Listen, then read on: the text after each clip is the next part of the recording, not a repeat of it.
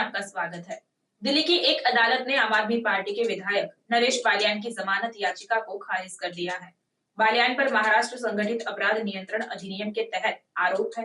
विशेष न्यायाधीश कावेरी बावेजा ने बुधवार को बालियान की याचिका पर अपना फैसला सुनाते हुए इसे खारिज कर दिया। दिल्ली पुलिस ने अदालत में तर्क दिया कि बालियान संगठित अपराध सिंडिकेट में एक फैसिलिटेटर के तौर पर काम कर रहे थे। पुलिस का दावा है कि बालियान ने कथित रूप से अपराध सिंडिकेट को पैसे और अन्य मदद मुहैया कराई। स्पेशल पब्लिक प्रोसिक्यूटर अखंड प्रताप सिंह ने कहा कि आरोपी नरेश बालियान ने संगठित अपराध सिंडिकेट के सदस्य को अपराध के बाद छिपने के दौरान खर्च के लिए धन मुहैया कराया। पुलिस ने कोर्ट में यह भी दलील दी कि अगर बालियान को जमानत दी जाती है तो वह गवाहों को प्रभावित कर सकते हैं, सबूतों को नष्ट कर सकते हैं और चल रही जांच को बाधित कर सकते हैं। पुलिस ने बताया कि सिंडिकेट के खिलाफ 16 से ज्यादा एफआईआर दर्ज की गई है और उनके अपराधों ने समाज में आतंक फैला रखा है। दिल्ली बीजेपी अध्यक्ष वीरेंद्र सचदेवा ने कहा कि आप विधायक नरेश बालियान को अदालत ने जमानत नहीं दी। पश्चिम दिल्ली में फिरौती, हत्या और अपहरण जैसी घटनाएं नरेश बालियान और आम आदमी पार्टी नेताओं की निगरानी में हो रही है। ये साफ है कि उनका इन अपराधों में सीधा हाथ है। सचदेवा ने आम आदमी पार्टी पर हमला बोला और कहा कि उनकी पार्टी के कई विधायकों को अदालत ने अपराधों का दोषी ठहराया, लेकिन आपने उन्हें पार्टी से बाहर करने का साहस नहीं दिखाया। वीरेंद्र सचदेवा की पूरी बात सुनिए कि उन्होंने क्या कहा है। दिल्ली में अब चुनावी सरगर्मी अपने शबाब पर है, लेकिन आम आदमी पार्टी के नेता दिल्ली का सामाजिक वातावरण कैसे बिगाड़ने की कोशिश में लगे हैं, वो बार बार हमारे सामने आ रहा है। आज मकोका में बंद आम आदमी पार्टी के विधायक नरेश बालियान को कोर्ट ने जमानत देने से मना कर दिया। और जिस बात को हम बार बार दोहरा रहे हैं कि पश्चिम दिल्ली में रंगदारी, वसूली, हत्या, अपहरण, ये सब नरेश बालियान और आम आदमी पार्टी के बड़े नेताओं की देखरेख में चलने वाला पूरा का पूरा रैकेट है। और आज जब माननीय न्यायालय ने बेल देने से मना किया तो ये तो स्पष्ट है कि नरेश बालियान की उसमें भूमिका है और बाकी जो इसके किरदार हैं वो भी सामने आएंगे। लेकिन अरविंद केजरीवाल और उसकी पार्टी की बेशर्मी देखिए कि ऐसा एक विधायक जो मकोका में बंद है उसकी पत्नी को टिकट दे दी। कारण स्पष्ट है कि राज बहुत गहरे हैं और उन राजों पे पर्दा डालने के लिए हमें आपराधिक प्रवृत्ति के लोग भी प्यारे हैं। ये है अरविंद केजरीवाल और ये पहला नहीं है। बार बार जो उनके नगीने विधायक हैं, लंबी लिस्ट है, अखिलेश त्रिपाठी, अमानतुल्लाह खां और पता नहीं क्या क्या, जो किसी न किसी रूप में दोषी करार दिए गए माननीय न्यायालय द्वारा, लेकिन इनकी हिम्मत नहीं है कि उनको पार्टी से हटा सके। विनय मिश्रा का एक मामला आज हमने सुबह देखा कि एक दलित महिला ने आरोप लगाया है, पब्लिक डोमेन में है, कि नगर निगम की टिकट दिलाने के बहाने पैसे भी मांगे या लिए गए।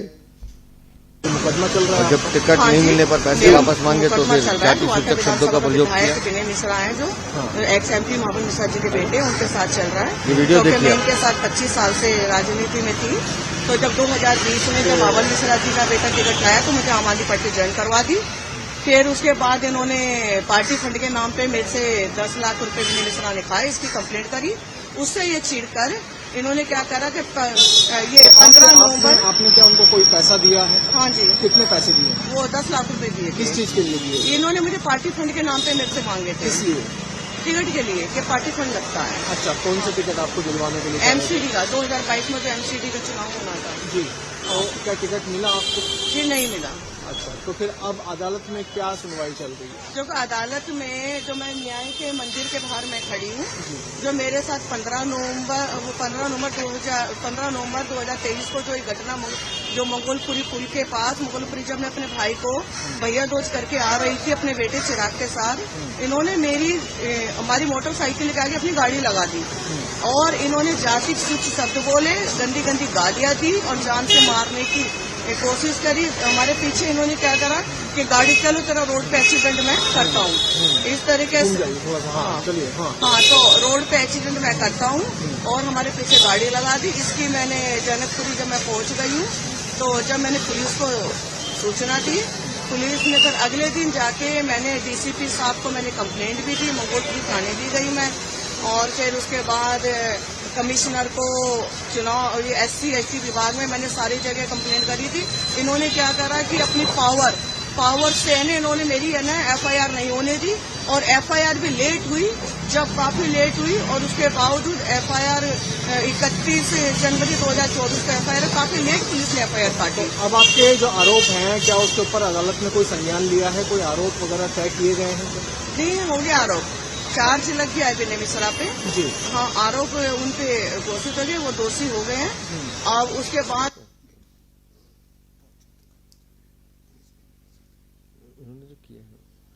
चलिए, ये एक वीडियो आपने देखा। ये आम आदमी पार्टी का चरित्र ऐसा है कि किसी भी हद तक जाते हैं, और ये पहला विषय नहीं है। पूर्व मुख्य सचिव अंशु प्रकाश को हम भूले नहीं हैं, जिस भ्रष्टाचार के म्यूजियम की हम बात करें, शीशमहल, कई बार तो मुझे लगता है वो टॉर्चर सेंटर है। अंशु प्रकाश जी के साथ मारपीट होती है, फिर महिला सांसद राज्यसभा की, उनके साथ मारपीट की जाती है, और ये महिला भी कह रही है कि इसके साथ भी मारपीट की गई, और ऐसे अनेकों अनेक उदाहरण हैं।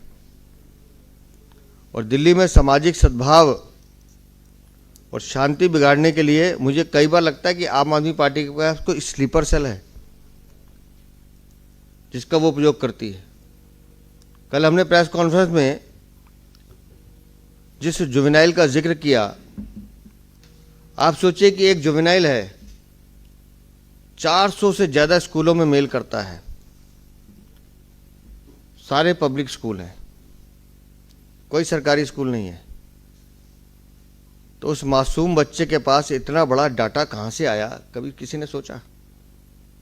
वहां ये स्लीपर सेल काम कर रहा है कि उसको आगे करके कैसे दिल्ली का माहौल बिगाड़े।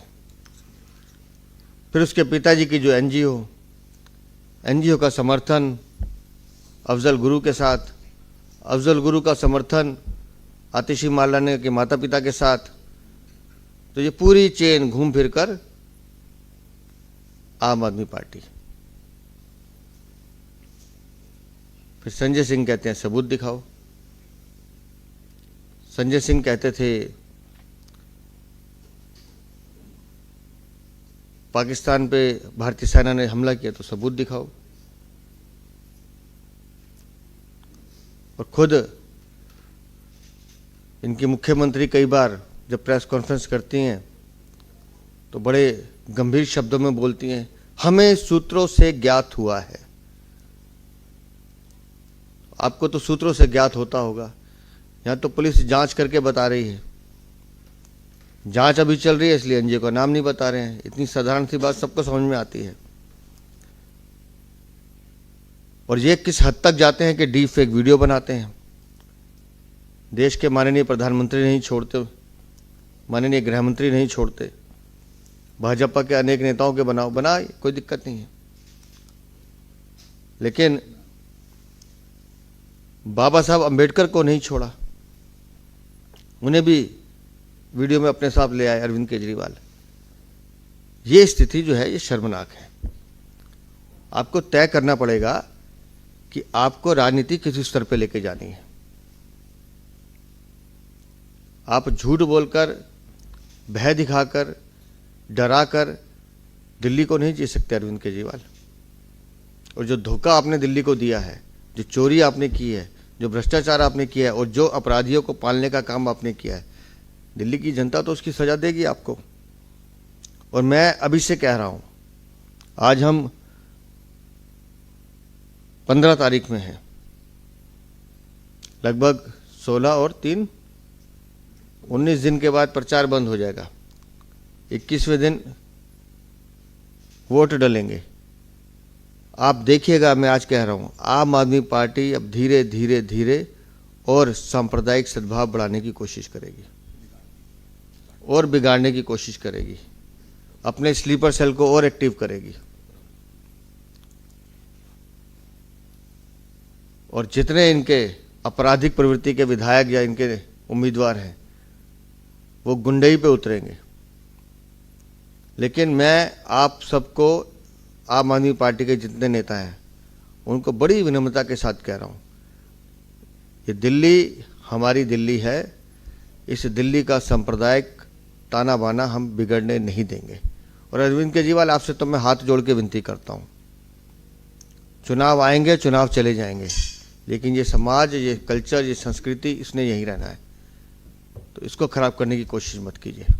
बहुत बहुत धन्यवाद।